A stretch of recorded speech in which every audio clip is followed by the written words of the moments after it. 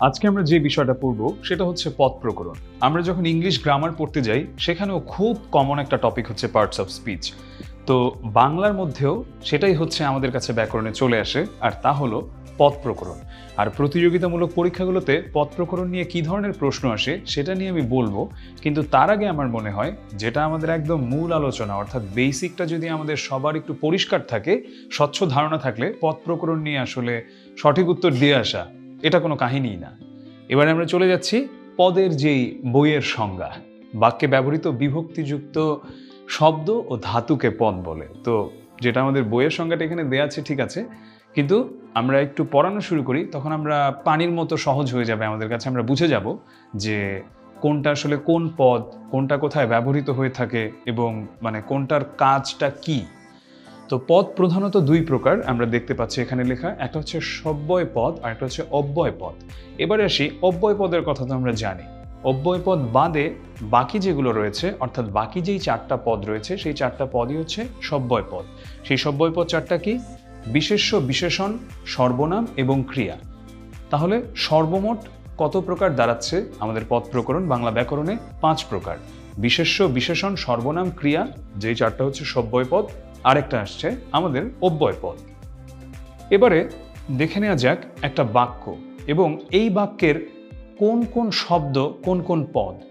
দুঃসাহসী অভিযাত্রীরা মানুষের চিরন্তন কল্পনার রাজ্য চাঁদের দেশে পৌঁছেছেন এবং মঙ্গল গ্রহে যাওয়ার জন্য তাঁরা প্রস্তুত হচ্ছেন। এই বাক্যটিতে যদি আমি যাই, এখানে বিশেষ্য পদ হচ্ছে কি? অভিযাত্রী, মানুষ, কল্পনা, রাজ্য, দেশ, মঙ্গল গ্রহ। মোট কথা কোনো কিছুর নাম বোঝাচ্ছে যেখানে। বিশেষণ পদ, বিশেষণ পদ কি এখানে? দুঃসাহসী, চিরন্তন, প্রস্তুত। এটার অর্থ কি? এটার অর্থ হচ্ছে, আমরা একটু পরে বিশদ ব্যাখ্যায় যাব, বাট এখন আমরা অল্পতে যতটুকু বুঝতে পারি যে বিশেষ্যের অবস্থানটা বোঝাচ্ছে। মানে ধরুন কেমন, যে আমি প্রস্তুত, কিংবা তিনি ভালো, তিনি মন্দ, এ ধরনের। সর্বনাম পদ তারা, যারা, আমি একটা আলাদা উদাহরণ দিয়ে রেখেছি বোঝানোর জন্য। তারা, যারা, এগুলো কখন ব্যবহার হচ্ছে? আমরা যখন বিশেষ্যকে বারবার ব্যবহার না করি, মানে বিশেষ্যটা যাতে পুনরাবৃত্তি না ঘটে। আমি যদি বারবার একজনের নাম বলি, ধরলাম কারণ নাম হচ্ছে আফতাব, আফতাব স্কুলে যায়, আফতাব ভাত খায়, এগুলো না বলে আমি বললাম আফতাব স্কুলে যায়, তারপরের লাইনে যদি আমি বলি সে ভাত খায়, এই ধরনের। ক্রিয়াপদ, ক্রিয়াপদ হচ্ছে সহজ কথায় কাজ করা। ভার্ব, পৌঁছেছেন, হচ্ছেন, যাওয়ার, এগুলো হচ্ছে এখানে ক্রিয়াপদ। সবশেষে আসছি অব্যয় পদ এবং জন্য। আমরা দেখতে পাচ্ছি এই ধরনের পদগুলো এখানে। এবারে আমরা একটু দেখে নেই বিশেষ্য পদের সংজ্ঞা, বা বিশেষ্য পদ বলতে আসলে কি বোঝায়। আমি একটু আগে ওই বাক্যটাতে বলেছিলাম যে কোনো কিছুর নাম বোঝায়। তো আমরা একটু আবারও বইয়ের সংজ্ঞায় চলে যাই, যে বাক্যের মধ্যে ব্যবহৃত যেই পদগুলো কোনো ব্যক্তি, জাতি, সমষ্টি, বস্তু, স্থান, কাল, ভাব, কর্ম কিংবা গুণের নাম বোঝায়, গুণের নাম বোঝায়, তাদেরকে আমরা কি বলি? বিশেষ্য পদ বলি। তারিক একটা মানুষের নাম, জোবায়ের একজন মানুষের নাম, লবণ এটা কোনো একটা বস্তুর নাম, সমিতি, এই যে আমরা এখানে একটু আগে বলছিলাম যে যখন কোনো সমষ্টি বোঝায়, এই ধরনের। এবারে আমরা আসি বিশেষ্য পদ কয় প্রকার। বিশেষ্য পদ মূলত হচ্ছে 6 প্রকার, এবং এখানে পাশে আমি ইংরেজিগুলো লিখে দিয়েছি, কারণ আমি বলছিলাম যে পার্টস অফ স্পিচ হচ্ছে আমাদের ইংরেজি গ্রামারে খুবই কমন একটা টপিক, এবং আমরা যখন পড়ে থাকি ইংরেজি, পার্টস অফ স্পিচ নিয়ে আমাদের পড়াশোনা কম বেশি হয়েই থাকে। তাই পাশাপাশি এটা আমি দিয়েছি একটু রিলেট করবার জন্যে। নামবাচক বা সংজ্ঞাবাচক বিশেষ্য, জাতিবাচক বিশেষ্য, বস্তুবাচক বা দ্রব্যবাচক বিশেষ্য, সমষ্টিবাচক বিশেষ্য, ভাববাচক বিশেষ্য, গুণবাচক বিশেষ্য। বলে রাখা ভালো, আমাদের কিন্তু এইভাবে আসবে না যে বিশেষ্যের প্রকারভেদ লিখতে বলবে, বা এইভাবে সরাসরি আসবে না পরীক্ষাগুলোতে, কিন্তু আমাদের আসবে যে ধরনের প্রশ্ন সেগুলো সঠিকভাবে উত্তর করে আসবার জন্য কিন্তু আমাদের এই বেসিক যে আলোচনাগুলো সেগুলো কিন্তু শেখাটা খুবই খুবই গুরুত্বপূর্ণ। এবারে আসি যে বিশেষ্য পদের কিছু ব্যবহার বা কিছু প্রায়োগিক ব্যাপার এখানে আমরা দেখতে পাচ্ছি, যে পদ দ্বারা কোনো ব্যক্তি, ভৌগোলিক স্থান, গ্রন্থ, এগুলোর নাম বা সংজ্ঞা প্রকাশ পায়, সেটাকে আমরা বলছি নামবাচক বা সংজ্ঞাবাচক বিশেষ্য। তাহলে আমরা কি দেখছি? নামবাচক বা সংজ্ঞাবাচক বিশেষ্যের মধ্যে আসছে ব্যক্তি, আসছে ভৌগোলিক স্থান, আসছে গ্রন্থের নাম, বইয়ের নাম আসছে, বা কোনো কিছু মানে ভৌগোলিক সংজ্ঞা, সেই জিনিসগুলো চলে আসছে।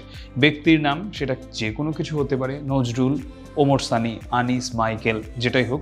ভৌগোলিক স্থানের নাম সেটা হতে পারে ঢাকা, হতে পারে সেটা মিরপুর, হতে পারে সেটা চাঁদপুর, যাই হোক না কেন। ভৌগোলিক সংজ্ঞা, ভৌগোলিক সংজ্ঞা বলতে এখানে কি বোঝাচ্ছে? নদী, পর্বত, সমুদ্র এগুলোর কথা বলা হচ্ছে। সেটা যেমন মেঘনা, হিমালয়, আরব সাগর, ভূমধ্য সাগর।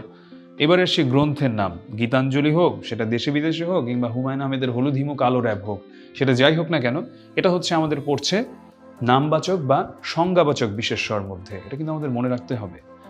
এবারে আমরা আসছি যে পদ দ্বারা কোনো এক জাতীয় প্রাণী বা পদার্থের সাধারণ নাম বোঝায়। আমি আবার বললাম, এক জাতীয় প্রাণী বা পদার্থের সাধারণ নাম। যেমন মানুষ, এটা তো একটা জাতি। গরু, পাখি, গাছ, পর্বত, নদী, হতে পারে ইংরেজ, হতে পারে ওলন্দাজ। এমন যে পদে কোনো উপাদানবাচক পদার্থের নাম বোঝায় তাকে আমরা বলি বস্তুবাচক বা দ্রব্যবাচক। এটার উদাহরণ কি হতে পারে? বই, খাতা, কলম, থালা, বাটি, মাটি, এখানে আমরা যেগুলো দিয়েছি, এই জাতীয় বস্তুর সংখ্যা ও পরিমাণ নির্ণয় করা যায়। এই জাতীয় বস্তুর সংখ্যা ও পরিমাণটা কিন্তু আমরা নির্ণয় করতে পারছি। যেমন কতটুকু পানি আছে, 2 লিটার পানি আছে, কিংবা আমি যদি বলি কয়টা কলম আছে, এখানে 1 ডজন কলম আছে, বা কয়টি বই আছে, 2টি বই আছে, এ ধরনের। এবারে আসি যে সমষ্টিগত যেই বিশেষ্যর কথা বলছিলাম, মানে সমষ্টিবাচক বিশেষ্য, যে পদে বেশ কিছু সংখ্যক ব্যক্তি বা প্রাণীর সমষ্টি বোঝায়। কেমন হতে পারে এটা? যেমন সভায় কি হয়? অনেক মানুষ একসাথে থাকে। মিছিল কিংবা মাহফিল বা দল, বহর, এগুলোকে হচ্ছে আমরা বলছি সমষ্টিবাচক বিশেষ্য। আর যে বিশেষ্য পদে কোনো ক্রিয়ার ভাব বা কাজের ভাব প্রকাশিত হয়, মোট কথা কাজের যে ভাব সেটা প্রকাশিত হয়, সেটাকে ভাববাচক বিশেষ্য বলে। যেমন যে কাজ করছি, ওই কাজ করার ভাবটাকে বোঝায়, মানে কাজ করাটাকে সরাসরি বোঝায় না। কাজ করাটাকে সরাসরি বোঝালে ওটা ক্রিয়াপদ হয়ে যায়। তো এটার উদাহরণ হচ্ছে এখানে যেমন গমন, মানে হচ্ছে যে যাওয়ার ভাব বা যাওয়া সম্পর্কিত যেই কাজটা, কিংবা ভোজন, আমরা বলি না অনেক সময় যে তিনি বেশ ভোজন বিলাসী, তো এরকম আর কি। এটা হচ্ছে খাওয়ার যেই কাজ। কিংবা শয়ন হচ্ছে কি? শোয়ার কাজ। এমন। এবারে আমরা আসি, যখন বিশেষ্য দ্বারা কোনো বস্তুর দোষ অথবা গুণের নাম বোঝায়, সেটাকে আমরা বলি কি? গুণবাচক বিশেষ্য। যেমন মধুর মিষ্টত্বের গুণ, মধুরতা, মানে মধুর মতো মিষ্টির গুণটা যেখানে রয়েছে আর কি। তরল দ্রব্যের গুণ, তারল্য। তেমনি একইভাবে এখানে যেমন বলছি তরুণের গুণ, তারুণ্য, এই ধরনের, এগুলোকে আমরা বলছি গুণবাচক বিশেষ্য। এবারে আসা যাক বিশেষণ পদে। বিশেষ্য তো বুঝলাম, এবং ওই যে প্রথমে বাক্যটা আমি দেখিয়েছিলাম সেখানেও কিন্তু বলেছিলাম যে বিশেষ্যর অবস্থান বোঝায়, মানে বিশেষ্যটা কেমন একটা অবস্থাতে আছে এই মুহূর্তে, সেটা কি ভালো না খারাপ নাকি কেমন, এটা নিয়েই আসলে বিশেষণ পদ। বিশেষ্য সর্বনাম ও ক্রিয়াপদের, বিশেষ্যকে যেহেতু বোঝাচ্ছে সর্বনামকে তো বোঝাতেই পারে, তেমনি একইভাবে সেটা ক্রিয়াপদকেও বোঝাতে পারে। দোষ, গুণ, অবস্থা, সংখ্যা, পরিমাণ ইত্যাদি প্রকাশ করে, তাকে বিশেষণ পদ বলে।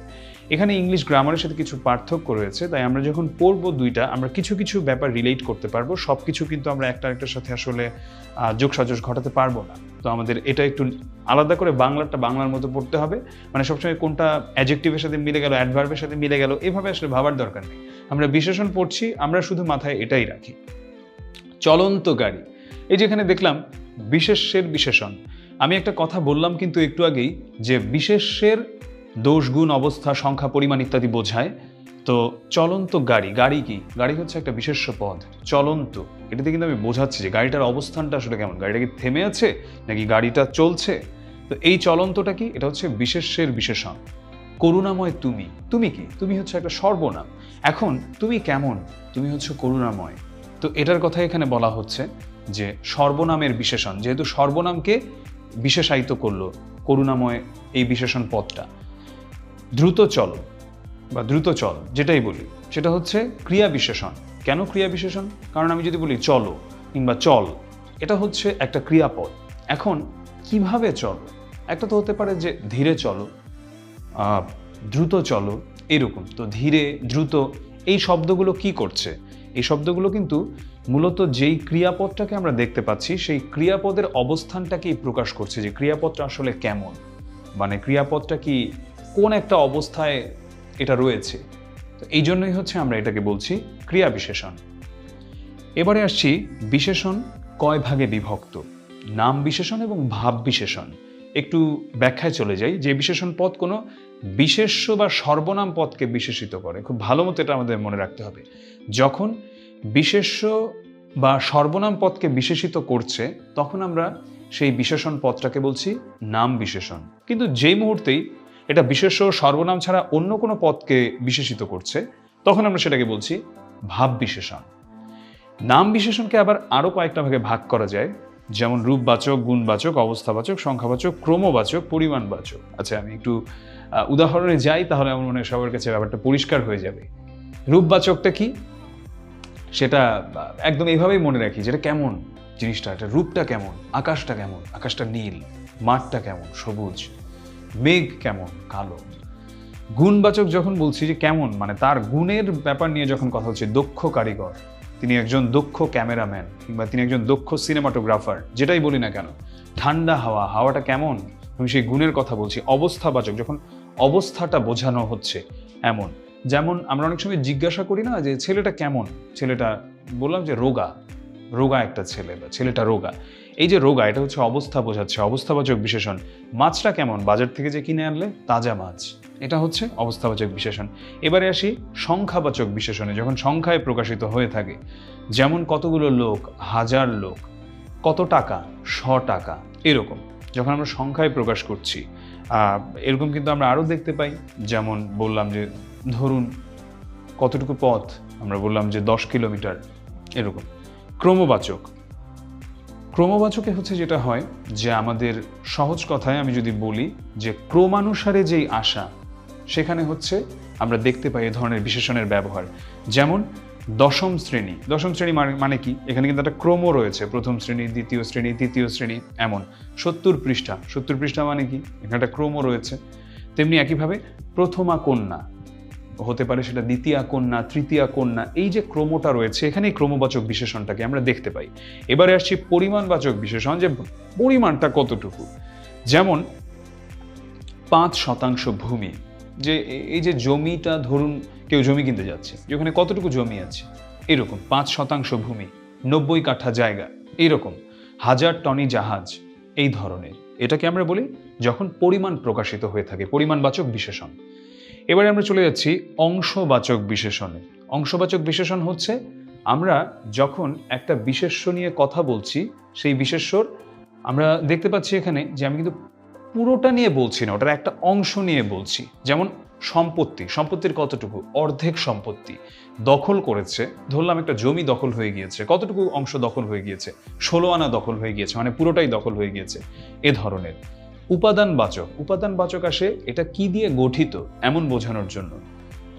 মেটে কলসি মানে কি, কলসিটা হচ্ছে এ ধরনের কলসি কি দিয়ে গঠিত, এটার উপাদানটা কি, এটার উপাদানটা হচ্ছে মাটি। সহজ কথা, উপাদানটা কি ওই হিসাব করলে উপাদানবাচক বিশেষণ আসে। পাথরে মূর্তি, মূর্তিটা কি দিয়ে তৈরি, পাথর দিয়ে তৈরি। প্রশ্নবাচক, এটা কেমন, কত দূর পথ, কেমন অবস্থা। পথ এটা হচ্ছে আমার এখানে বিশেষ্য, তো আমি এখানে জানতে চাচ্ছি যে কত দূর, কত দূর পথ। তেমনি আমি একইভাবে বলছি যে অবস্থা, কেমন অবস্থা, অবস্থাটা কেমন। নির্দিষ্টতা জ্ঞাপক, এটা হচ্ছে আমরা যখন একটা কিছুকে একদম নির্দিষ্ট করে দিই, এইরকম ভাবে নির্দিষ্টতা জ্ঞাপক। ইংরেজি ব্যাকরণে আমরা যেটা পড়ি ডিটারমাইনার, এই লোক, সেই ছেলে, যদিও ডিটারমাইনারের সাথে এটা পুরোপুরি মিলবে না, তারপরেও বলতে পারি যেটা কিছুটা কাছাকাছি যায়।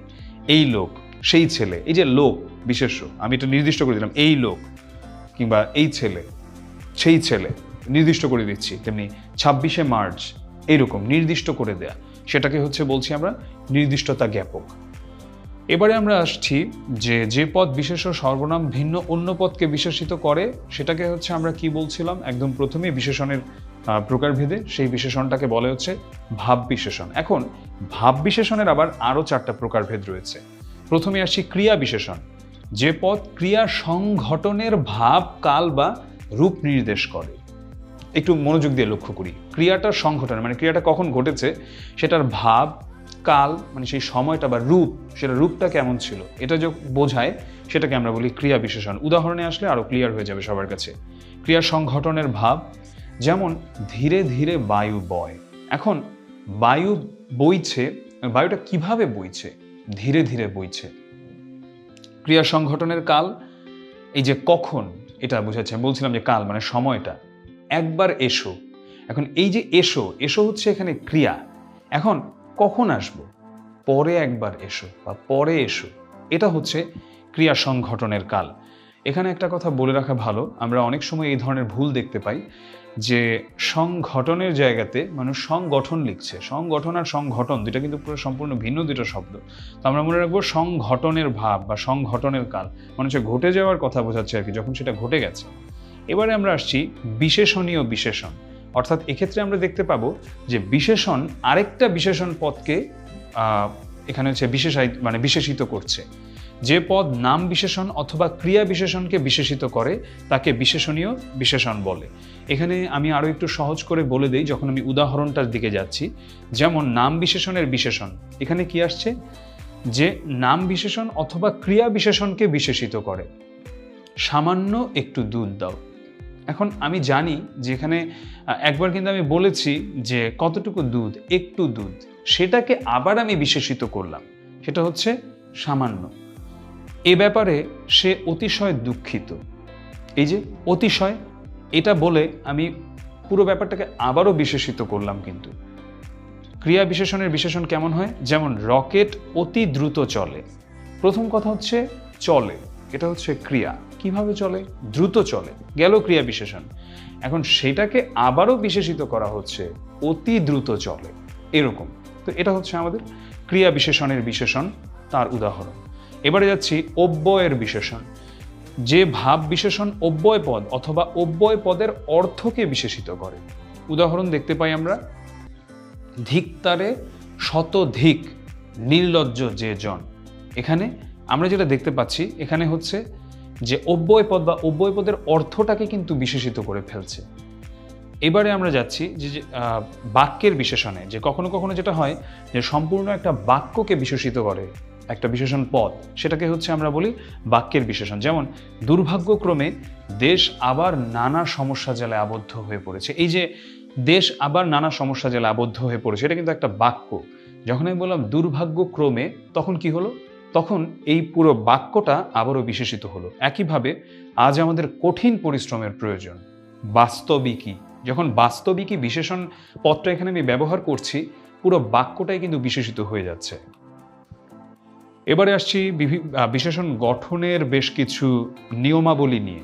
বিভিন্নভাবেই সেটা গঠন করা যায়। ক্রিয়াজাত যেগুলো হয়, ক্রিয়াপদের বা দ্বারা উদ্ভূত যেগুলো, হারানো সম্পত্তি, সম্পত্তিটা কেমন? এটা হারানো।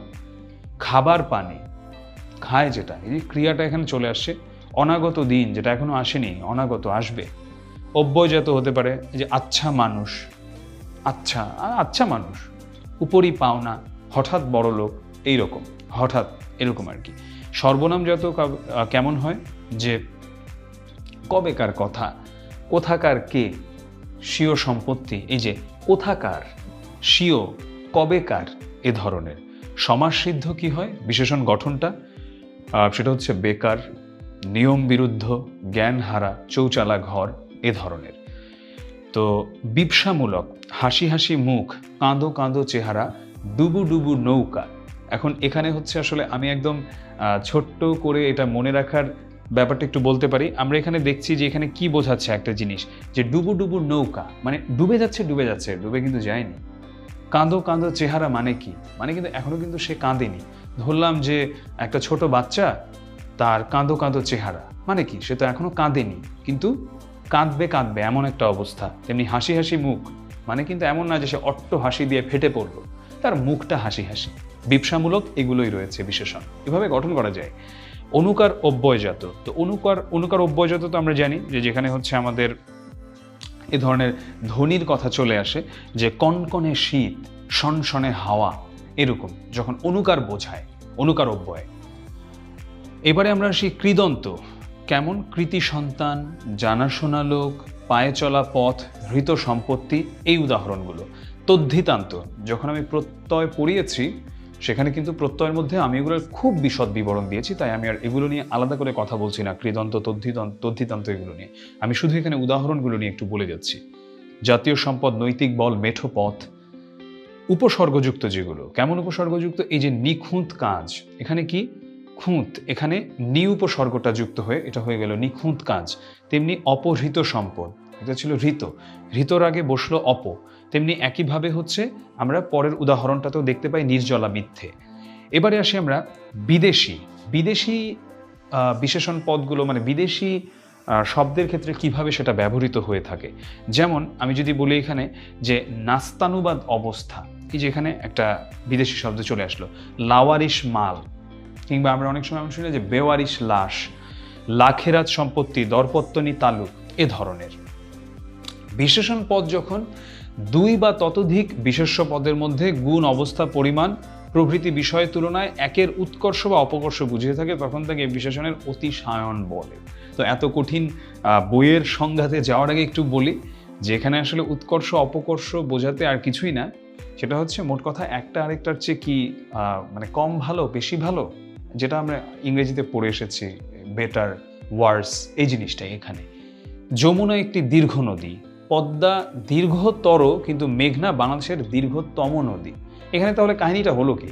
কাহিনীটা হলো যে তুলনা করলো কিন্তু একের উৎকর্ষ বা অপকর্ষ বুঝিয়ে থাকে, মানে তার অবস্থানটা কি উপরে নাকি অবস্থানটার নিচে, এটা বুঝিয়ে থাকে।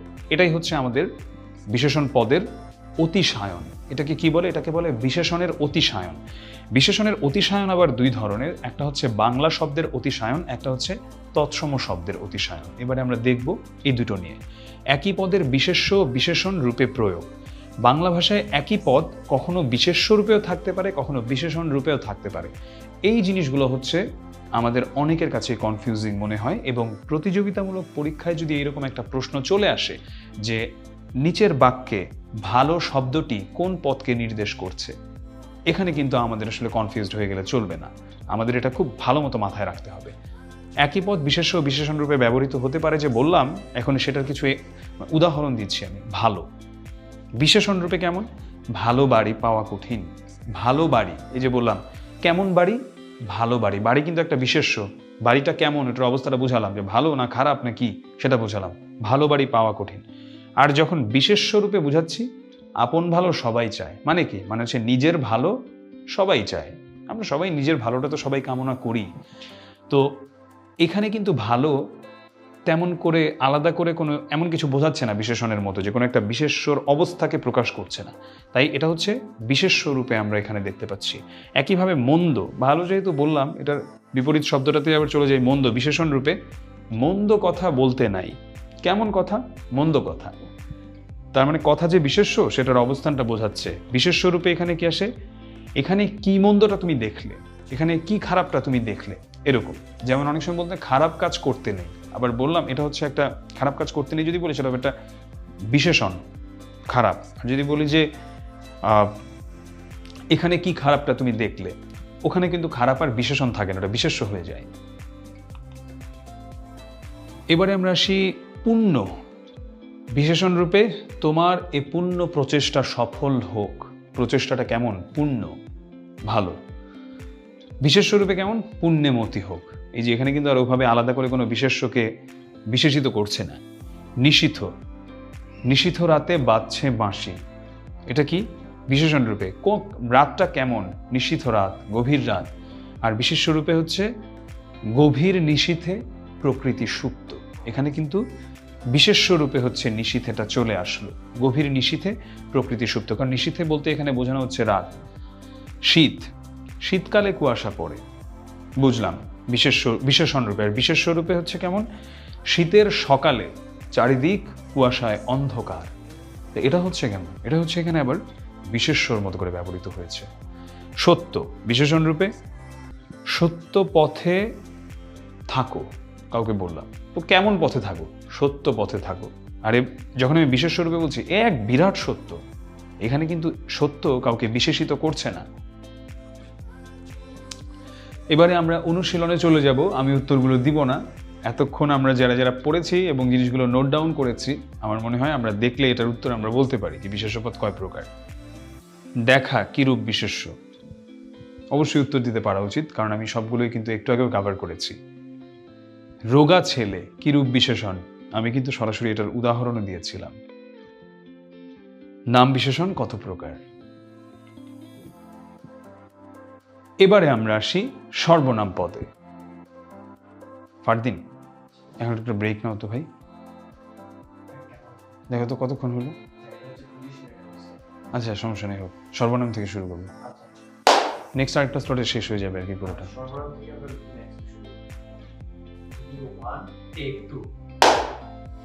এবারে আমরা চলে যাব সর্বনাম পদে। বিশেষ্যের পরিবর্তে যে পদ ব্যবহৃত হয় তাকে সর্বনাম পদ বলে। আমি একদম প্রথমেই কিন্তু একটা উদাহরণ দিয়েছিলাম যে ধরুন একজন ব্যক্তির নাম হচ্ছে আফতাব। আফতাব স্কুলে যায়, আফতাব ভাত খায়, আফতাব ভালো ছেলে। আমার প্রতিবার দরকার আছে ভাই আফতাব আফতাব আফতাব আফতাব বলার, সেটা যে কোনো নামের ক্ষেত্রেই। তো তখন আমরা কি করি? আফতাব স্কুলে যায়, সে ভালো ছেলে, সে ভাত খায়। এখন এক্ষেত্রে আমরা কি করছি? এই যে সে ব্যবহার করছি, এটাই হচ্ছে আমাদের সর্বনাম, অর্থাৎ বিশেষ্যের পরিবর্তে যা ব্যবহৃত হয়। বাংলা ভাষায় ব্যবহৃত সর্বনামকে 10 ভাগে ভাগ করা যায়। আমরা 10টা ভাগ নিয়েই বলবো এবং আমি সেটার উদাহরণগুলোও দিব। প্রথমে আসি ব্যক্তিবাচক বা পুরুষবাচক যেগুলো। এই যে বললাম সে, তেমনি যদি আমি বলি যে আমি, আমরা, তুমি, তোমরা। ধরুন এভাবেই বলছি যে আমি আর আয়মান ভাই বাইরে যাব, আমরা আজকে বাইরেই খেয়ে নিব। এই যে বললাম কথাটা, এখানে তার মানে কি আসলো? আমরা, এখানে কিন্তু আমি সর্বনাম নিয়ে আসলাম। তেমনি যদি আমি বলি যে কাউকে নাম ধরে বলতে বলতে তুমি বলা শুরু করলাম, তোমরা বলা শুরু করলাম কয়েকজনকে, এই হচ্ছে আমার ব্যক্তিবাচক বা পুরুষবাচক সর্বনাম পদের উদাহরণ। এবারে আসি আত্মবাচক। আত্মবাচক কোনগুলো? নিজেকে যখন বোঝায়, স্বয়ং, বা শুধু নিজেকে বোঝানো না, যেমন বলি না যে স্বয়ং, মানে স্বয়ং আল্লাহ নিজেই এর পুরস্কার দিবেন বা স্বয়ং আল্লাহ পুরস্কৃত করবেন, এরকম আর কি। সো এই জায়গাতে হচ্ছে আমরা দেখতে পাই আত্মবাচক সর্বনামের ব্যবহারটা। এবারে আমরা সেই সামীপ্যবাচক, এটা কেমন? এ, এই, এরা, ইহারা, ইনি, এ ধরনের যেই সর্বনামগুলো রয়েছে সেগুলো হচ্ছে সামীপ্যবাচক। দূরত্ববাচক কেমন? ওই, ওই সব, ওই সব কাজ, ওই ছেলে, ওই মেয়ে, ওই জায়গাটা, এ ধরনের। সাকুল্যবাচক, মানে যখন সবাইকে বোঝাচ্ছে বা একটা সমষ্টি বোঝাচ্ছে, সব, সকল, সমুদয়, সমুদয়, তাবৎ, এ ধরনের আর কি, যে সকল মানুষকেই অন্ধভাবে বিশ্বাস করা উচিত না, এমন বললাম, এরকম। প্রশ্নবাচক। প্রশ্নবাচক সর্বনাম পদ কি? যে কে, কি, একদম সহজ কথায়, যেটা হচ্ছে আমাদের প্রশ্ন করা হচ্ছে যখন, কাহার, কার, কিসে। অনির্দিষ্টতা জ্ঞাপক, কোনো, কেহ, কেউ, কিছু, এরকম। ব্যতিহারিক। ব্যতিহারিক কোনটা? ব্যতিহারিক হচ্ছে এ ধরনের, যখন আপনা আপনি, কম্পিউটারটা দেখলাম তোমার কাজ করছিল না কাল রাতে, আজকে সকালে কাজ করছে, কাহিনী কি? তখন বললাম যে আরে এটা আপনা আপনি ঠিক হয়ে গেছে। এই যে আপনা আপনি, কিংবা বললাম যে নিজে নিজে, যে এটা হচ্ছে পরে কিভাবে টিভিটা চললো, এটা নিজে নিজেই দেখলাম চলছে, এরকম। এগুলোকে আমরা বলছি ব্যতিহারিক সর্বনাম পদ। সংযোগ জ্ঞাপক। সংযোগ জ্ঞাপক কোনগুলো? যখন যাহারা, যারা, যে, যিনি, যারা, এই ধরনের শব্দগুলো থেকে থাকে। চন্দ্রবিন্দু ব্যবহার নিয়ে আমি একটু বলে রাখি, এটার অনেক ভুল ব্যবহার দেখা যায় আজকাল সোশ্যাল মিডিয়াতে, ফেসবুকে। সেটা হচ্ছে যে চন্দ্রবিন্দু কখন আমরা ব্যবহার করব, তারা কিংবা যারা, সেখানে চন্দ্রবিন্দুটা হচ্ছে কখন আমরা ব্যবহার করব? আমরা শুধু সম্মানার্থেই ব্যবহার করব। আমি আমার একটা বন্ধুকে নিয়ে বলছি, আমি কেন তাকে ওখানে চন্দ্রবিন্দু লিখব? বা একজন সর্বসাধারণ মানুষকে নিয়ে লিখছি, আমি কেন বলবো সেটা?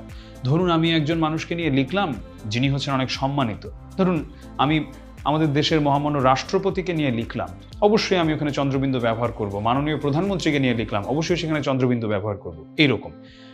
অন্যাদিবাচক, এখানে হচ্ছে অন্য, অপর, পর, এই ধরনের সব, মানে সর্বনাম পদগুলো যেখানে থাকে ওটাকেই বলা হয় অন্যাদিবাচক।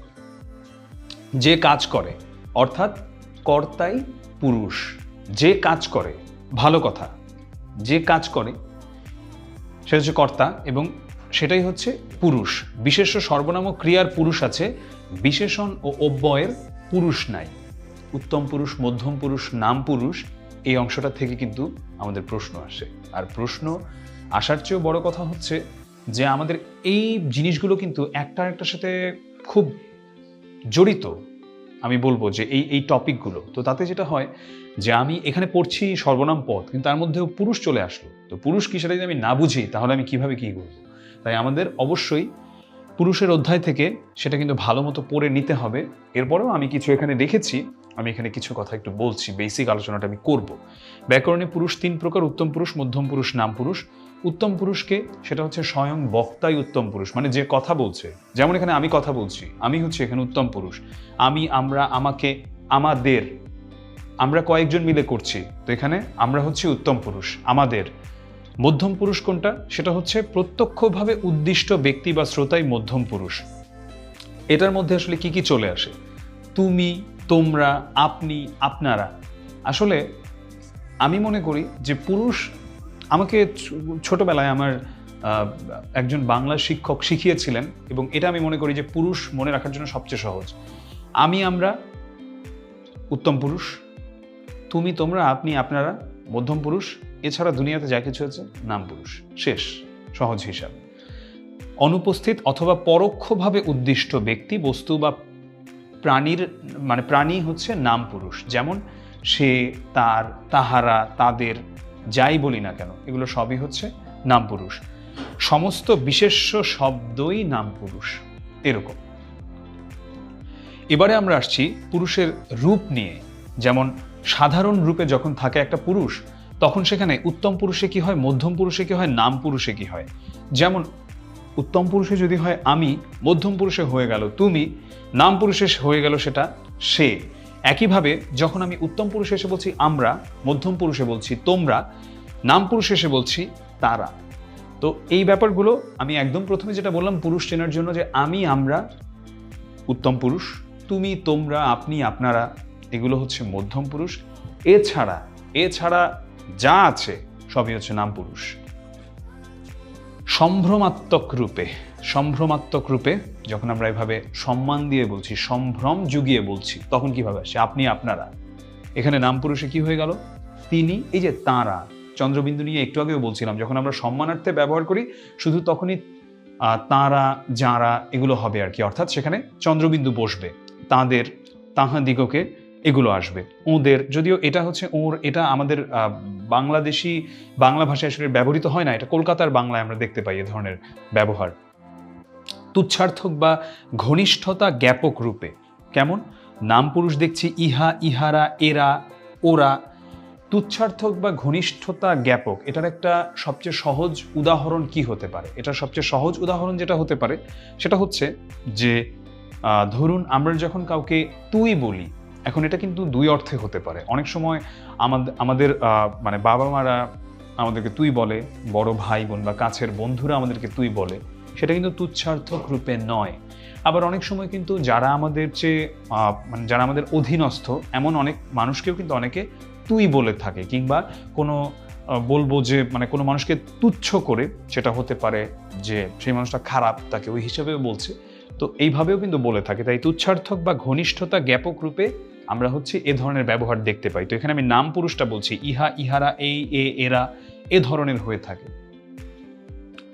এবারে আমরা দেখব যে বিনয় প্রকাশে উত্তম পুরুষের এক বচনে, বিনয় প্রকাশে উত্তম পুরুষের এক বচনে দিন, অধম, বান্দা, সেবক, দাস এই শব্দগুলো ব্যবহৃত হয়ে থাকে। যেমন আজ্ঞা করো দাসে, শাস্তি নরাধমে, দিনের আরজ। নরাধম মানে হচ্ছে মানে নরাধম মানে মোট কথা যে নর মানে হচ্ছে মানুষ, আর অধম মানে তো আমরা জানি যে খুব অধম অবস্থায়, নিম্ন স্তরের, এরকম। ছন্দবদ্ধ কবিতায় সাধারণত আমার স্থানে মম, এটা আমরা রবীন্দ্রসঙ্গীতে অনেক দেখতে পাই। আমি যেটা বলবো যে তুমি রবে নীরবে, এই গানটার মধ্যে হচ্ছে মম শব্দটাকে আমরা বেশ কয়েকবার দেখতে পাই। তুমি রবে নীরবে, হৃদয় মম, এ ধরনের।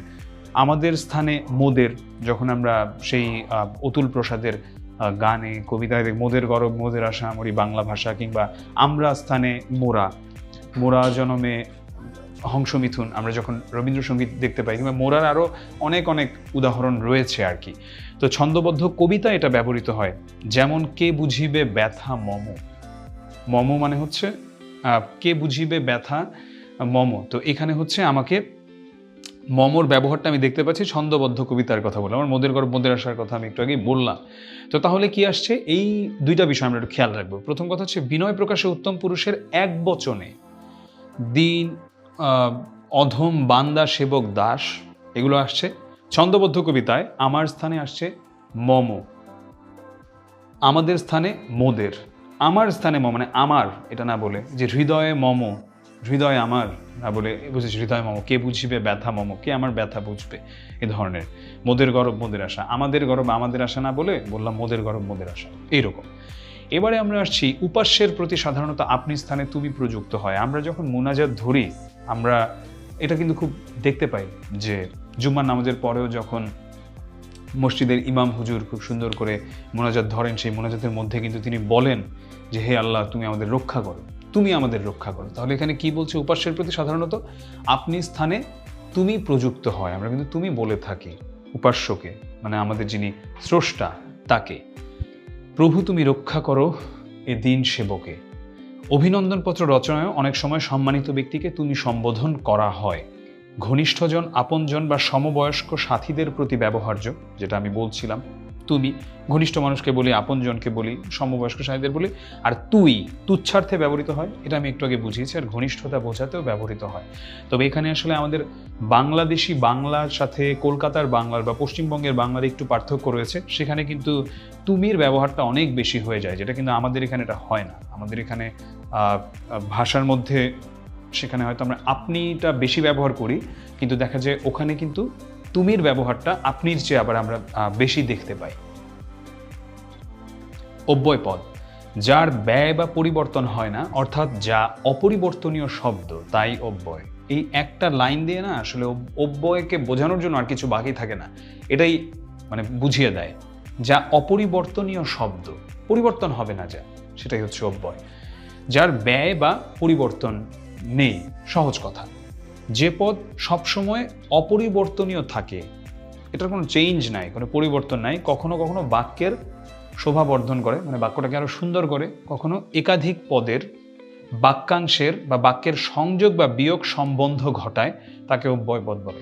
কখনো কি করছে, একাধিক পদের, কখনো বাক্যের কোনো একটা অংশের বা সরাসরি আরেকটা বাক্যের সংযোগ ঘটায়, একটার সাথে একটাকে এক করে দিচ্ছে, কখনো কখনো বিয়োগ ঘটাচ্ছে, আলাদা করে দিচ্ছে, সে ধরনের সম্বন্ধ যে ঘটায় তাকেই বলে অব্যয় পদ। উচ্চারণটা একটু বলে রাখি, আমরা অনেকে বলি সম্বন্ধ, এটা সম্বন্ধ নয়, এটা হচ্ছে সম্বন্ধ। উৎস বা উৎপত্তি অনুসারে বাংলা ভাষায় 3 প্রকার অব্যয় পদ রয়েছে। বাংলা অব্যয় শব্দ, আর, আবার, ও, হ্যাঁ, না, এগুলো। তৎসম অব্যয় শব্দ, তৎসম হচ্ছে সহজ কথায় যেগুলো সংস্কৃত থেকে এসেছে সেগুলোকে আমরা তৎসম বলি আর কি, সংস্কৃত থেকে এসেছে যেগুলো।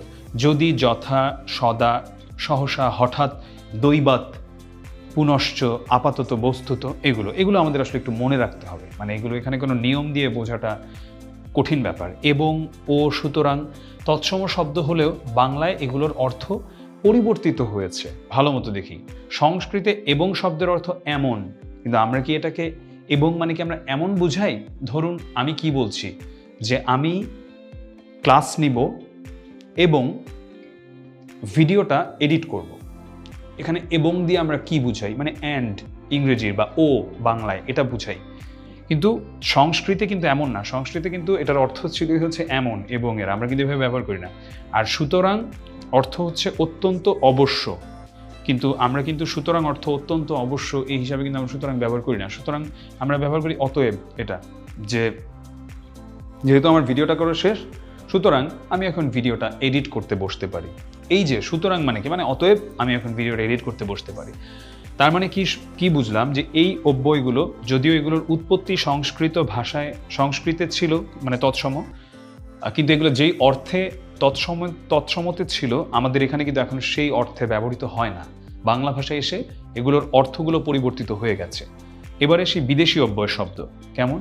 আলবত, বহুত, খুব, সাবাস, মাইরি, এরকম, মারহাবা, এখানে বেশ কিছু রয়েছে যেগুলো হচ্ছে দেখা যায় যে ব্যবহৃত বাংলায় খুব একটা হয় না আমাদের বাংলাদেশি বাংলায়। তো যদি এই ভিডিওটা এই মুহূর্তে পশ্চিমবঙ্গের কেউ দেখে থাকেন, তাহলে আমার মনে হয় যে তারা এই ব্যাপারটাকে আরও ভালো রিলেট করতে পারবেন। যে সেখানে দেখা যায় যে হয়তো কিছু অব্যয় রয়েছে যেগুলো ওখানের বেশি ব্যবহৃত হয়ে থাকে পশ্চিমবঙ্গের বাংলায়, কিন্তু বাংলাদেশি বাংলায় একটু কম ব্যবহার হয়ে থাকে বা খুব একটা ব্যবহৃত হয় না। আর এই বানানটা আমরা একটু খেয়াল করব, কিন্তু সাবাস, এটা দুইটাই তালব্য স। এটা কিন্তু খুবই ভুল করে অনেক মানুষই, দন্ত স দিয়ে লিখে দুইটা। সাবাস বাংলাদেশে পৃথিবী অবাক তাকিয়ে রয়, জ্বলে পুড়ে মরে। তো আমরা হচ্ছে এই কবিতাটাও কিন্তু পড়েছি সুকান্ত ভট্টাচার্যের। তো বলবো যে যখন আমরা এই সাবাস বানানটা দেখব, এটা একটু একটু খেয়াল রাখবো, কারণ যখন শিখছি শুদ্ধতার কোনো বিকল্প নেই, সেটা উচ্চারণ হোক বানান হোক, আমরা চেষ্টা করব শতভাগ শুদ্ধটাই শিখে নেবার জন্য। ব্যবহার অনুসারে অব্যয় প্রধানত 4 প্রকার: সমুচ্চয়ী অব্যয়, অনন্যয়ী অব্যয়, অনুসর্গ এবং অনুকার। সমুচ্চয়ী অব্যয়ের মধ্যে আবার আরও 3 প্রকার আসছে: সংযোজক, বিয়োজক, সংকোচক। আমি যাব একটু পরে, আমি বিস্তারিততে যাব। অনুসর্গতে আসছে কি? বিভক্তি সূচক, বিভক্তি সম। আর অনুকার বা ধন্যাত্মক অব্যয়, আমি এর আগেও একদম প্রথম দিকে, মানে এই ক্লাসটার প্রথম দিকে পড়ানোর সময় এটা নিয়ে অল্প একটু বলেছিলাম। বিবিধ উপায়ে এবারে আমরা দেখব যে কিভাবে অব্যয় শব্দ গঠিত হতে পারে একাধিক অব্যয় শব্দ যোগে, যেমন কদাপি, নতুবা, অতএব, অথবা হতে পারে এরকম। আনন্দ বা দুঃখ প্রকাশক একই শব্দের 2 বার প্রয়োগ হয়। ছি ছি, এটা তুমি কি করলে। ধিক ধিক, তারে শতধিক, এমন। নির্লজ্জ যে জন, বা বেশ বেশ, এরকম। তো এটা কিন্তু আমি কি করলাম, যে আনন্দ বা দুঃখ একই শব্দের 2 বার প্রয়োগ করলাম দুটি ভিন্ন শব্দ যোগে। যেমন মোট আর কথা একেবারেই ভিন্ন শব্দ, তারপরে আমি এটার কথা বলছি। হয়তো, যেহেতু, নইলে, এইরকম আর কি। অনুকার শব্দযোগে কেমন? অনুকার শব্দযোগে, অনুকার শব্দযোগের ব্যাপারটা হচ্ছে কেমন, যে যখন হচ্ছে আমি একটা শব্দকে এইভাবে আমি প্রকাশ করছি, যেমন ধরলাম যে কুহু কুহু, কুহু কুহু কে ডাকে? কোকিল ডাকে কুহু কুহু। এখন আমি সেটাকে হচ্ছে যখন এইভাবে লিখছি শব্দে, কুহু কুহু, গুনগুন, গুনগুন করে গান গাইছি। এখন কিন্তু এমন না যে গান গেলে গুনগুন শব্দ হয়, কিন্তু আমরা এটাকে এভাবে প্রকাশ করি, কুকুর ঘেউ ঘেউ করে ডাকে। এখন গান, ওই যে গুনগুনের কাছাকাছি একটা কিছু মনে হয় শুনতে, ঘেউ ঘেউ, কুকুরের শব্দটা এটার কাছাকাছি মনে হয়, শন শন, এরকম আর কি। শন শন করে বাতাস বইছে, কিংবা কনকন, এরকম, কনকনে শীত। যে অব্যয়পদ একটি বাক্যের সঙ্গে অন্য একটি বাক্যের অথবা বাক্যের মধ্যেই অবস্থিত একটা পদের সঙ্গে অন্য একটা পদের সংযোজন ঘটাতে পারে, মানে একটা ব্রিজ হিসাবে কাজ করতে পারে দুটার মধ্যে, বিয়োজন ঘটাতে পারে, মানে বিচ্ছেদ ঘটাতে পারে, আবার সংকোচন করতে পারে, মানে কি বলবো, যে ছোট করে ফেলতে পারে সম্পর্কটাকে, সেটাকেই বলে সমুচ্চয়ী অব্যয় বা সম্বন্ধবাচক অব্যয়। উদাহরণে চলে যাই, সংযোজক অব্যয় প্রথমে যাচ্ছি। সংযোজন, বিয়োজন, সংকোচন বললাম তো। উচ্চপদ সামাজিক মর্যাদা সকলেই চায়। এই যে এখানে ওটা কি করলো, বাক্যের মধ্যে যে 2টি পদ ছিল, উচ্চপদ, মানে এই উচ্চপদ আর পদ কিন্তু আলাদা, ওটা হচ্ছে পদ প্রকরণের যে 2টি পদ, উচ্চপদ ও সামাজিক মর্যাদা। এখন এখানে উচ্চপদ ও সামাজিক মর্যাদা, এই দুটোকে ও এর মাধ্যমে কি করা হলো, দুটোর মধ্যে কিন্তু সংযোগ ঘটালো, যে মানুষ কি চায়, সবাই কি চায়। ধরলাম যে ইহকালীন শান্তি, পরকালীন ও পরকালীন সুখ। এই যে এখানে কিন্তু দুটোকে এক করা হলো, একইভাবে উচ্চ পদ ও সামাজিক মর্যাদা। এটার উচ্চারণটা আমরা একটু লক্ষ্য রাখবো, হচ্ছে মর্যাদা, মর্যাদা নয়, পর্যায় সারণী, পর্যায় সারণী নয়। তিনি সৎ, তাই সকলেই তাঁকে শ্রদ্ধা করে। এই যে কেন এখানে আমি চন্দ্রবিন্দুটা দিলাম, কারণ হচ্ছে তিনি সৎ, সৎ মানুষ সম্মানিত, সবসময় সম্মানিত।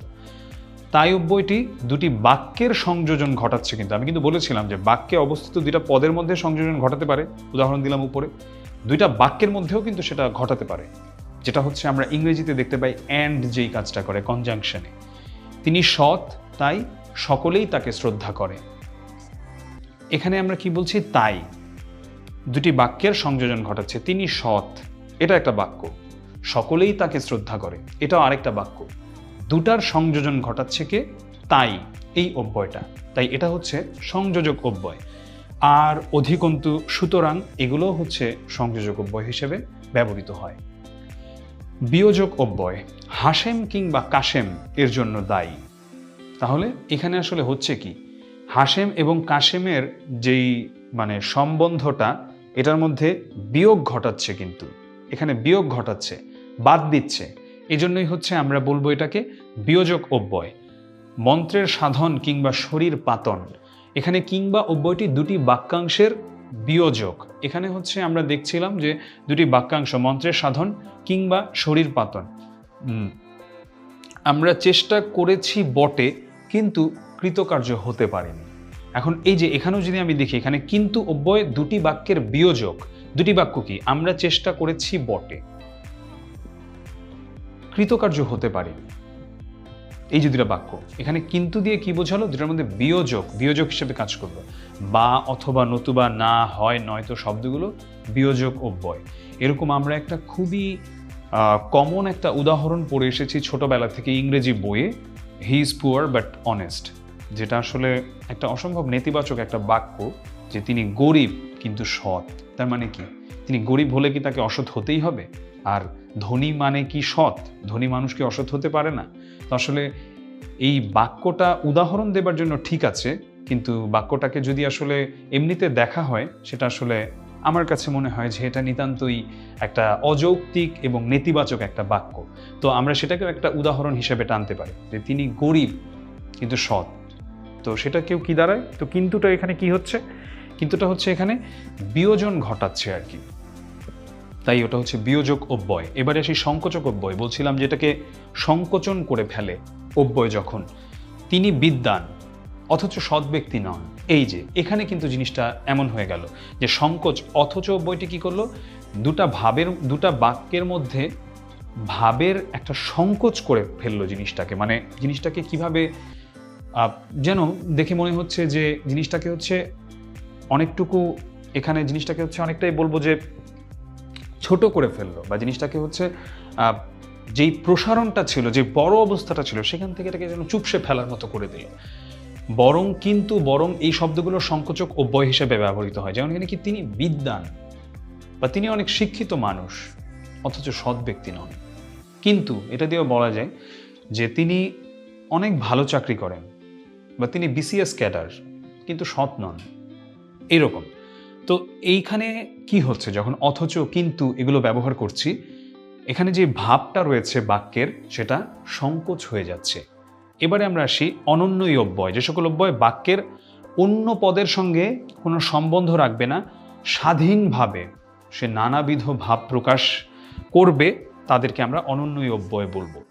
এখানে কিন্তু আমরা প্রত্যেকটা আবার অব্যয়টাকে দেখছিলাম যে হয় বাক্যস্থিত কোনো পদের মধ্যে কোনো একটা কাহিনী করছে, নয়তো দুইটা বাক্যের মধ্যে কোনো একটা কাহিনী করছে, বা বাক্যাংশের সাথে কাহিনী করছে। কিন্তু এখানে কিন্তু ব্যাপারটা একদমই ভিন্ন। এখানে কিন্তু যা হচ্ছে সেটা হলো যে একদম স্বাধীনভাবে সে তার ভাবটা প্রকাশ করছে। মরি মরি, কি সুন্দর প্রভাতের রূপ, উচ্ছ্বাস প্রকাশ করছে মরি মরি, কিন্তু কোনো বাক্যের সাথে কিছু করছে না, নিজেই নিজের ভাবটা প্রকাশ করে ফেলছে স্বীকৃতি বা অস্বীকৃতি জ্ঞাপনে। হ্যাঁ আমি যাব, যে হ্যাঁ এটা তো আমি যাব বাদ দিলাম, ও নিজে তো এমনিতে একটা ভাব প্রকাশ করতে পারে। সম্মতি যখন প্রকাশ করে, নিশ্চয়ই পারবো, নিশ্চয়ই পারবো, এ ধরনের আলবৎ অনুমোদন বাচকতায় আপনি যখন বলছেন বেশ তো আমি যাব, এই যে বেশ তো, এখানে হচ্ছে কি? এখানে আমরা দেখছি এটা হচ্ছে অনন্যই অব্যয়, কারণ বাক্যের কোনো পদের সঙ্গে সম্বন্ধ না রেখে স্বাধীনভাবে সে তার ভাব প্রকাশ করতে পারে। এবারে আসছি সমর্থন সূচক জবাবে। যখন একটা কিছু মানে সমর্থন জানিয়ে কোনো একটা জবাব দেয়া হচ্ছে, আপনি যা জানেন তা তো ঠিকই বটে। এই যে এখানে বললাম যে তা তো ঠিকই বটে, কিংবা যন্ত্রণা যখন প্রকাশ করা হয় যে পায়ে বড্ড লেগেছে, হয়তো একটা ব্যথা পেল, পায়ে বড্ড লেগেছে, এরকম। তো এটা হচ্ছে যে এখানে যে এটা হচ্ছে যন্ত্রণা প্রকাশ করার ক্ষেত্রে প্রকাশিত একটা অব্যয় পদ। ঘৃণা বা বিরক্তি প্রকাশ যখন, যে ছি ছি তুমি এত নীচ, বা ছি ছি তিনি এত খারাপ একটা মানুষ, এরকম। সম্বোধনে যে ওগো আজ তোরা যাসনে ঘরের বাহিরে, এটা রবীন্দ্রনাথের একটা চরণ। তো সম্বোধনের ক্ষেত্রে হচ্ছে এরকম হয়ে থাকে। ওগো সম্ভাবনায়, সংশয়ে সংকল্প সদা টলে, পাছে লোকে কিছু বলে, এটা একটা কবিতার পংক্তি।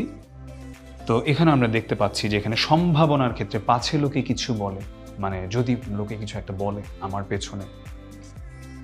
বাক্যালঙ্কার অব্যয়, কখনো কখনো বাক্যকে অলঙ্কৃত করবার জন্য, বাক্যকে আরো সুন্দর করবার জন্য অব্যয়ের ব্যবহার দেখা যায়। কত না হারানো স্মৃতি জাগে আজও মনে, এই যে কত না হারানো স্মৃতি, কত না, এখানে আমি কিন্তু বলতে পারি যে হারানো স্মৃতি জাগে আজও মনে, কিন্তু যখন আমি বললাম যে কত না হারানো স্মৃতি জাগে আজও মনে, এটা কিন্তু বাক্যটাকে আরো অলংকৃত করলো, বাক্যটাকে আরো সুন্দর করলো। আসলে এখন আমার মনে হয় যে কবিতা পড়ার সংস্কৃতিটা কমে গেছে অনেকটুকুই। তো আমার মনে হয় যে এই ধরনের উদাহরণগুলো আমরা অনেক বেশি দেখতে পাই মূলত কবিতাতে। আর আমি বলবো যে এটা ক্লাসিক রাইটারদের উপন্যাসে বা গল্পতেও আমরা এই ধরনের উদাহরণ দেখতে পাই। অনুসর্গ অব্যয়, এবারে আসলাম একদম প্রথমে যে প্রকারভেদগুলো বলেছিলাম সেখান থেকেই। যে সকল অব্যয় শব্দ বিশেষ্য সর্বনাম পদের বিভক্তির মতো বসবে, এগুলো কিন্তু বসবে বিভক্তির মতো এবং কারকবাচকতা প্রকাশ করবে, তাদেরকে অনুসর্গ অব্যয় বলে। যেমন ওকে দিয়ে এ কাজ হবে না, এই যে দিয়ে এখানে কিভাবে বসলো, এখানে কিন্তু বিভক্তির মতো বসলো, দ্বারা দিয়া কর্তৃক, ওই রকম। অনুসর্গ অব্যয় আরেকটা নামে পরিচিত, সেটা হচ্ছে পদান্বয়ী অব্যয়। এটা আমরা মনে রাখবো যে অনুসর্গ অব্যয়ের অপর নাম কি, পদান্বয়ী অব্যয়। অনুসর্গ অব্যয়টা হচ্ছে দুই প্রকার, একটা হচ্ছে বিভক্তি সূচক, আরেকটা হচ্ছে বিভক্তি সম। আমরা দেখবো এটা এখন, বিভক্তি সূচক কি আর বিভক্তি সম কি। যে সকল অব্যয় অব্যক্ত রব, অব্যক্ত মানে কি, মানে যা বলা হয়নি, যা ব্যক্ত করা হয়নি, রব শব্দ বা ধ্বনির অনুকরণে গঠিত হয়, মানে কি মোট কথা যেই অব্যক্ত শব্দ যেটা বলা হয়নি সেটার অনুকরণে, সেটাকে ফলো করে বা সেটার মতো করে যেটা গঠিত হয়, তাদেরকে আমরা কি বলবো, অনুকার অব্যয় বলবো বা ধন্যাত্মক অব্যয় বলবো। এটার এখানে কিছু আমি উদাহরণ দিতে পারি, যেমন বজ্রের ধ্বনি, কড়কড়, আমরা কিন্তু বলি যে কড়কড়, মেঘের গর্জন যে গুড়গুড়, বৃষ্টির তুমুল শব্দ, ঝমঝম ঝমঝম করে বৃষ্টি পড়ছে, সিংহের গর্জন গড়গড়, স্রোতের ধ্বনি, এটা হচ্ছে কলকল বা কলকল, ঘোড়ার ডাক চিহি চিহি, বাতাসের গতি শন শন। আমাদের কিন্তু এগুলো একদম খুব সুন্দর করে মনে রাখতে হবে।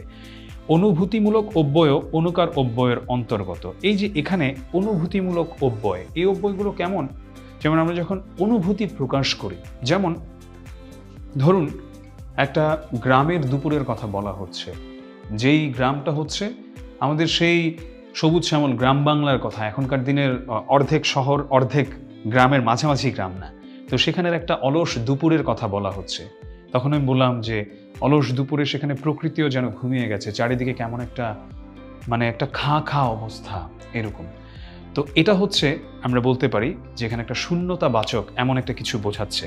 তারপরে যখন ঝাঁ ঝাঁ প্রখরতাবাচক একটা জিনিস প্রখর, সেটা বোঝাচ্ছে।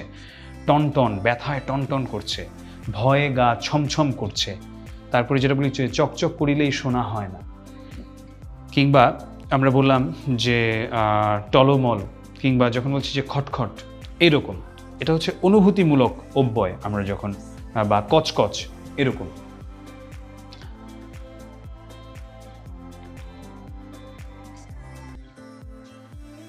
ঠিক আছে, পজ নাও তাহলে। না শেষ না, শেষ না, পজ নাও তাহলে। আমি হচ্ছে ওইটা স্লাইড ওই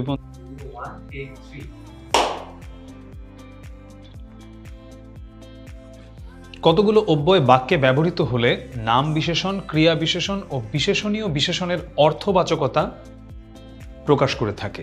এখন এদেরকে আবার কি বলা হয়, এদেরকে আবার বলা হয় অব্যয় বিশেষণ। তো আমরা একটু আগে পড়ে আসলাম বিশেষণ, এখন আবার অব্যয় পড়তে যেয়ে দেখছি অব্যয় বিশেষণ। তার মানে কি, অবশ্যই দুটার মাঝে কোনো একটা যোগসূত্র রয়েছে।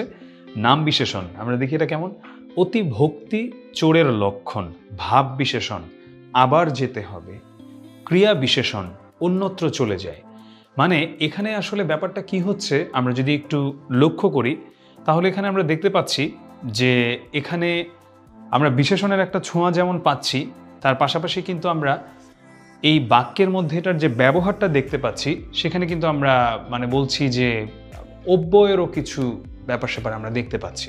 অর্থাৎ কিছু অব্যয় আছে যেটা বাক্যে ব্যবহৃত হলে নাম বিশেষণ, ক্রিয়া বিশেষণ ও বিশেষণীয় বিশেষণের অর্থবাচকতা প্রকাশ করে থাকে। এদের আমরা কি বলছি, এদের আমরা বলছি অব্যয় বিশেষণ।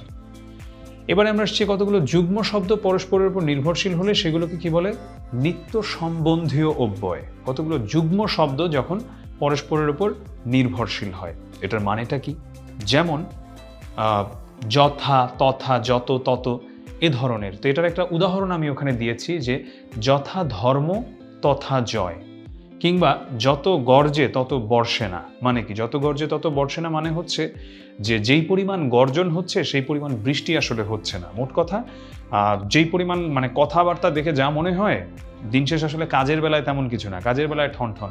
তো এটাই আর কি এখানে বোঝাচ্ছে।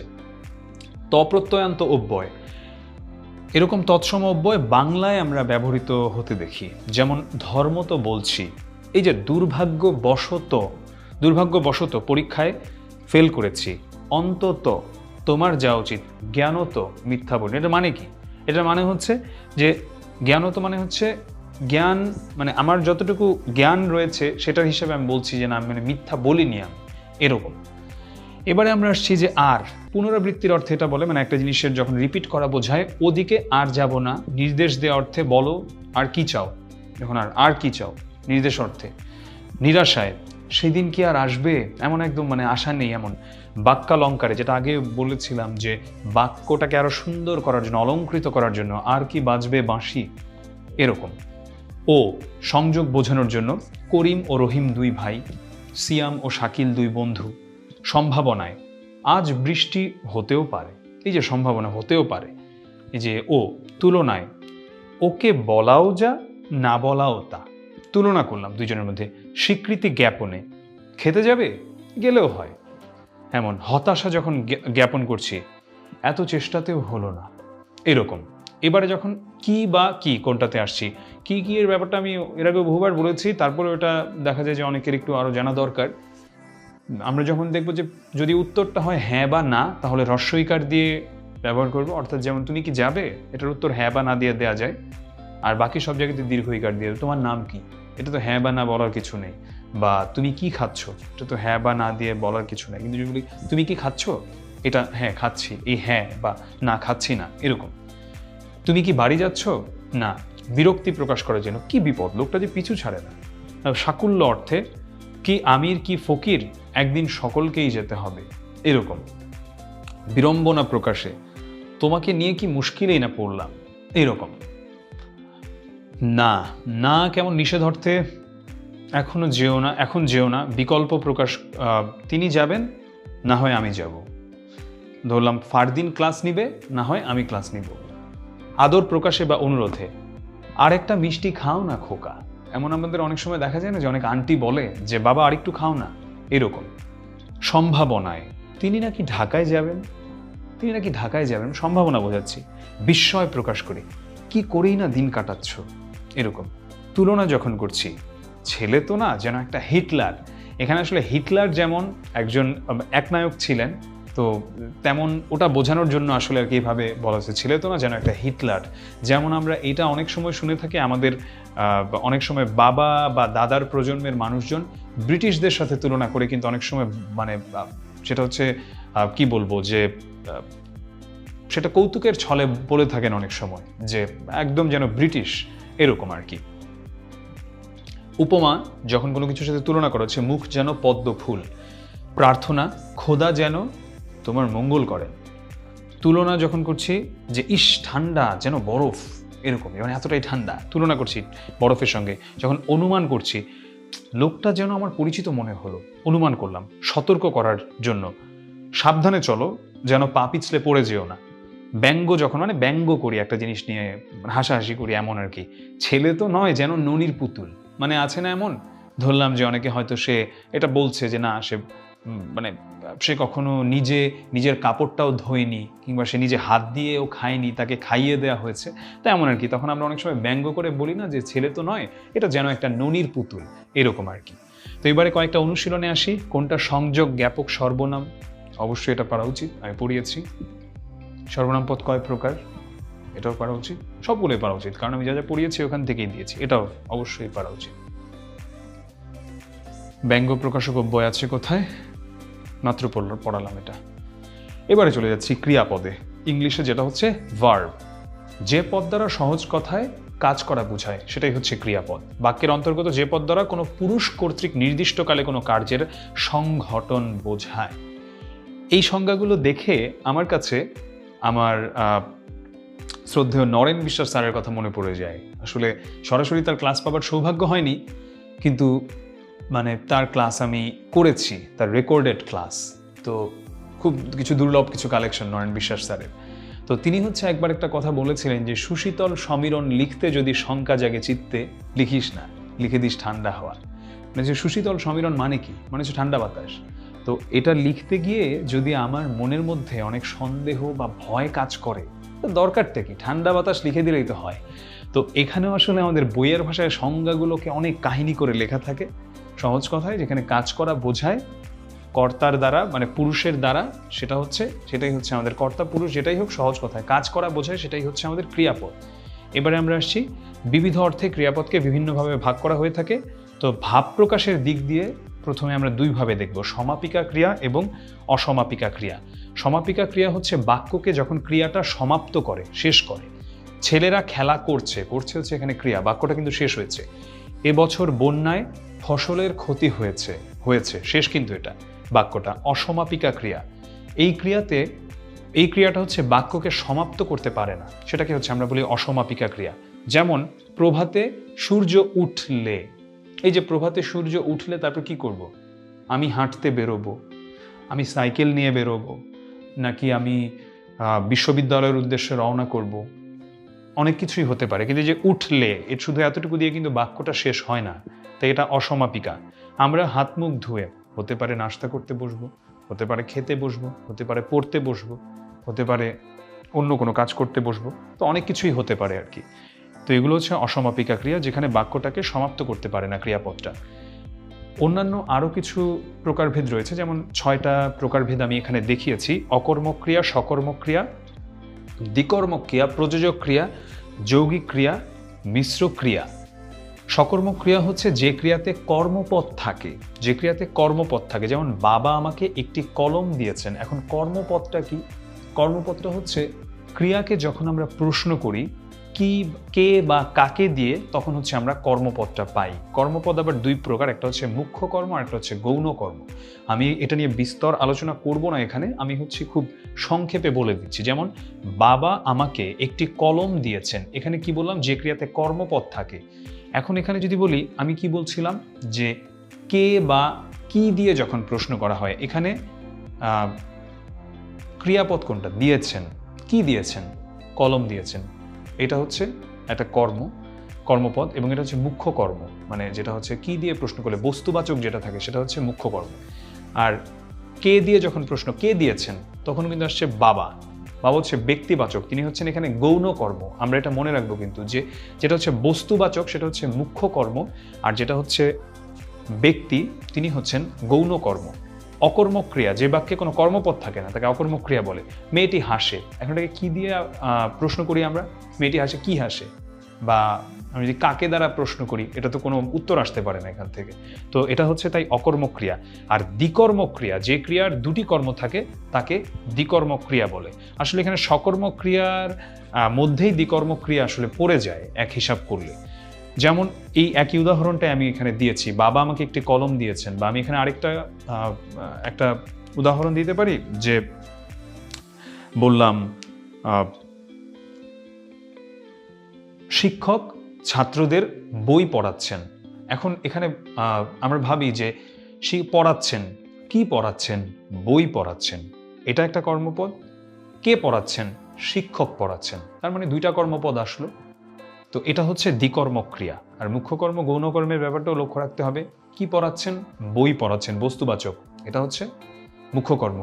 কে পড়াচ্ছেন, শিক্ষক পড়াচ্ছেন, ব্যক্তিবাচক, এটা হচ্ছে আমাদের গৌণ কর্ম। সমধাতুজ কর্ম, যে বাক্যে ক্রিয়া এবং যে কর্মপদটা থাকবে সেটা একই ধাতু থেকে তৈরি, তাকে সমধাতুজ বা ধাত্বর্থক কর্ম বলবো আমরা। এই যে আর কত খেলা খেলবে, এই যে বলি খেলবে, কি করবে, কি খেলবে, খেলা খেলবে। তাহলে এখানে আমরা দেখতে পাচ্ছি কর্মপদ যেই ধাতু থেকে, আমার যে ক্রিয়াপদ সেটাও কিন্তু একই ধাতু থেকেই, এজন্য এটার নাম সমধাতুজ। প্রযোজক ক্রিয়া হচ্ছে আসলে যখন একজন কাজটা করাচ্ছেন আরেকজনের মাধ্যমে বা আরেকজনকে দিয়ে, এরকম। তো এটার একটা খুব ক্লাসিক উদাহরণ হচ্ছে মা শিশুকে চাঁদ দেখাচ্ছেন, যেটা আমি একটু আগে বলছিলাম যে শিক্ষক ছাত্রদের বই পড়াচ্ছেন, ওটাও হচ্ছে প্রযোজক ক্রিয়ার মধ্যেই পড়ে। তো এখানে কিন্তু যে শিশুকে চাঁদ দেখাচ্ছেন, শিশু কিন্তু চাঁদটা নিজে সরাসরি দেখছে, ঠিক আছে, বাট মা কিন্তু কাজটা তাকে করিয়ে দিচ্ছে, মায়ের মাধ্যমে এটা কিন্তু হচ্ছে।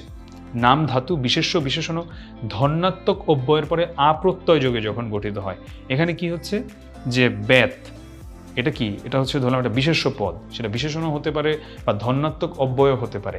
তারপরে কি প্রত্যয় যখন গঠিত হলো, প্রকৃতি প্রত্যয়ের ক্লাসে আমি প্রত্যয় নিয়ে অনেক বিশদ আলোচনা করেছি, ওটা দেখলে আশা করি প্রত্যয় নিয়ে কোনো প্রশ্ন আর থাকার কথা না। বেত যোগ বেতা, শিক্ষক ছাত্রটিকে বেতাচ্ছেন, মানে কি, মানে হচ্ছে বেত মানে বেত্রাঘাত করছেন। সো এখানে আমরা কি দেখলাম, বিশেষ্যর সাথে প্রত্যয় যুক্ত হয়ে এখানে যেটা গঠিত হলো সেটাকে আমরা বলছি নাম ধাতু। যৌগিক ক্রিয়া, একটি সমাপিকা ও একটি অসমাপিকা ক্রিয়া যদি একত্রে একটি বিশেষ বা সম্প্রসারিত অর্থ প্রকাশ করে তাকে আমরা যৌগিক ক্রিয়া বলি। সমাপিকা ক্রিয়া কি আমরা পড়েছি, অসমাপিকা ক্রিয়া কি সেটাও আমরা পড়েছি। দুটা মিলে যখন একটা বিশেষ বা একটা সম্প্রসারিত একটা অর্থ প্রকাশ করে সেটাকে আমরা কি বলবো, সেটাকে আমরা বলবো যৌগিক ক্রিয়া। যেমন যখন হচ্ছে তাগিদ দিচ্ছি আমরা, ঘটনাটা শুনে রাখো, ঘটনাটা শুনে রাখো, নিরন্তরতা অর্থে কি বললাম, যে তিনি বলতে লাগলেন, এটার মানেটা কি, মানে কিন্তু চলছে নিরন্তর। কার্য সমাপ্তি, কাজটা শেষ হচ্ছে, এমন ছেলেমেয়েরা শুয়ে পড়লো, শেষ। আকস্মিকতা অর্থে যে হঠাৎ করে যেটা সাইরেন বেজে উঠলো। অভ্যস্ততা, শিক্ষায় মন সংস্কার মুক্ত হয়ে থাকে, অভ্যস্ততা। অনুমোদন অর্থে আমি অনুমোদন, পারমিশন দিলাম, এখন যেতে পারেন, এখন যেতে পারো, এখন ক্লাস শেষ করতে পারেন, এখন নোট করতে পারেন, এরকম। মিশ্র ক্রিয়া কি, যখন বিশেষ্য বিশেষণ বা ধন্যাত্মক অব্যয়ের সঙ্গে কর, দে, হ, পা, যা, কাট, গা, ছাড়, ধর, মার এরকম ধাতুগুলো গঠিত হয়, সেগুলোকে আমরা মিশ্র ক্রিয়ায় দেখতে পাই। যেমন বিশেষ্যের পরে, উত্তর মানে হচ্ছে পরে, আমরা তাজমহল দর্শন করলাম, এখানে যে তাজমহল তারপরে আসলো না, এটা দর্শন। এখন গোল্লায় যাও, ঠিক আছে, এরকম গোল্লায় যাও, তো এখানে হচ্ছে বিশেষ্যর পরে, গোল্লা হচ্ছে বিশেষ্য, তারপরে আসলো যাও, তো তাজমহল বিশেষ্য, তারপরে বিশেষণের পরে কোথায়, তোমাকে দেখে বিশেষ প্রীত হলাম। এই যে তোমাকে দেখে বিশেষ প্রীত হলাম, এখানে কিন্তু আমরা দেখতে পাচ্ছি যে বিশেষণের পরে হচ্ছে এটা এখানে বসছে, ঠিক আছে, মানে এখানে যে দর্শন, তারপরে আমরা দেখতে পাচ্ছি এখানে গোল্লা, তারপরে আমরা দেখতে পাচ্ছি এখানে প্রীত, এরপরে আমরা দেখতে পাচ্ছি মানে বিশেষণের পরে, এর আগেগুলো ছিল বিশেষ্যর পরে। এবারে আমরা দেখব ধন্যাত্মক অব্যয়ের পরে, মাথা ঝিমঝিম করছে। আমি এখানে একটু ভুলের কারণে আসলে আসেনি, এখানে একটা হসন্ত বসবে ঝিমের নিচে, এটার মতো ঝমঝম করে বৃষ্টি পড়ছে, ধন্যাত্মক অব্যয়ের পরে। এবারে আসি ক্রিয়ার যে অবস্থার দ্বারা তা ঘটার ধরন বা মানে রীতিটা, যে সেটা কিভাবে ঘটছে সেই ধরনটা যখন বোঝায় সেটাকে ক্রিয়ার ভাব বলে। ক্রিয়ার ভাব হচ্ছে 4 প্রকার: নির্দেশক ভাব, ইন্ডিকেটিভ মুড, ইম্পারেটিভ মুড, অনুজ্ঞা ভাব, সাবজাংটিভ মুড, সাপেক্ষ ভাব, আকাঙ্ক্ষা প্রকাশক ভাব, অপটেটিভ মুড। ক্রিয়ার ক্ষেত্রে না আসলেও আমাদের কিন্তু ইংরেজি পরিভাষাগুলো অবশ্যই জানতে হবে, কারণ ইংরেজি অনেক সময় এমন আসে যে হয়তো একটা দিয়ে দিবে, যেটা হচ্ছে আমরা ধ্বনির অধ্যায়টাতে দেখব, যে যেখানে একটা দিয়ে বলে দেয় যে এটা দিয়ে আসলে কি বোঝাচ্ছে, এটা দিয়ে কি বিপ্রকর্ষ বোঝাচ্ছে, নাকি এখানে সম্প্রকর্ষ বোঝাচ্ছে, নাকি এখানে ব্যঞ্জনচ্যুতি বোঝাচ্ছে, মানে ইংরেজিটা দিয়ে বলবো যেটা দিয়ে কি বোঝাচ্ছে, এই ধরনের। এবারে আমরা দেখি যে নির্দেশক ভাব কি। যখন কোনো ঘটনা নির্দেশ করলে বা কিছু জিজ্ঞাসা করা হয় সেটাকে আমরা নির্দেশক ভাব বলি ক্রিয়ার। যেমন সাধারণ নির্দেশক হচ্ছে আমরা বই পড়ি, তারা বাড়ি যাবে, এটা সাধারণ, এটা খুব স্বাভাবিক কথা। যেগুলো প্রশ্ন জিজ্ঞাসা করি, আপনি কি আসবেন, সে কি গিয়েছিল, এ ধরনের, এগুলো হচ্ছে নির্দেশক ভাব। এখানে কিন্তু আমরা ভাবের কথা বলছি, নির্দেশক। এবার আসলাম অনুজ্ঞা, মানে কি আদেশ, নিষেধ, উপদেশ, অনুরোধ, আশীর্বাদ, এগুলো হলে সেটা ক্রিয়াপদের অনুজ্ঞা ভাব হয়। যেমন আদেশ দিলে যদি বর্তমানকালে চুপ করো, ভবিষ্যৎকালে তুমি কাল যেও, এরকম। বা যদি নিষেধ করি বর্তমানকালে অন্যায় কাজ করো না, আবার যদি ভবিষ্যৎকালে মিথ্যা বলবে না, এইরকম। এবারে আসি যে যখন আমি অনুরোধ করছি, বর্তমানকালে ছাতাটা দিন না ভাই, ধরলাম বৃষ্টি পড়ছে, ছাতাটা দিন না ভাই, এরকম।